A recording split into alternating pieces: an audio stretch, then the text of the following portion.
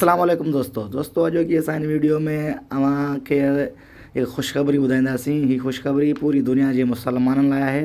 सो उन करे अव्हांखे हिकु नंढी गुज़ारिश आहे त महिरबानी करे असांजी वीडियो खे अव्हां लाइक्स ज़रूरु कंदा कयो ऐं उन सां गॾु असांजे चैनल खे सब्सक्राइब करे घंटी वारे बटन खे ज़रूरु वॼायो, महिरबानी। सो दोस्तों हाणे अव्हांखे ख़ुशख़बरी ॿुधायूं था। त ख़ुशख़बरी आहे त दोस्तों खाना काबा या बैतुल्ला शरीफ़ जे चौतरफ़ जेके से बैरियर्स या जेके रुकावटूं लॻल हुयूं उन्हनि जो अॼु ख़ात्मे जो ऐलान कयो वियो आहे। सऊदी फरमा रहमा शाह सलमान बिन अब्दुल अज़ीज़ उहे रुकावटूं ख़तमु करण जो ऐलान करे छॾियो आहे।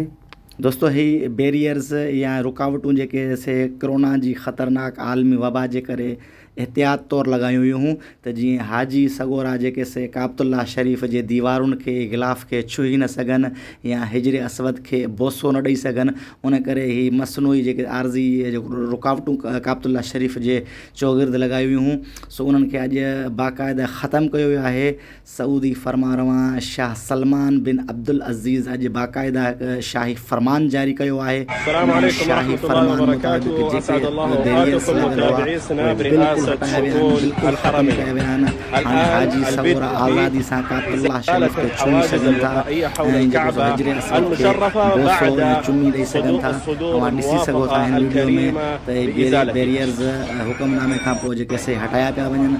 तव्हां ॾिसी सघो था हिन वीडियो में ये अॼु फरमान जारी कयो वियो आहे। अल्हम्दुलिल्लाह ख़ुशी जी ख़बर आहे। हाणे मुसलमान जेको सो पंहिंजे हथनि सां काबतुल्ला शरीफ़ खे छुही सघनि था, बोसो ॾेई सघनि था। जेके असां पहिरियां उन्हनि खे पाबंदी जे करे जेको सो एहतियात ख़ातिर ॾे शयुनि ते जेका असां पाबंदी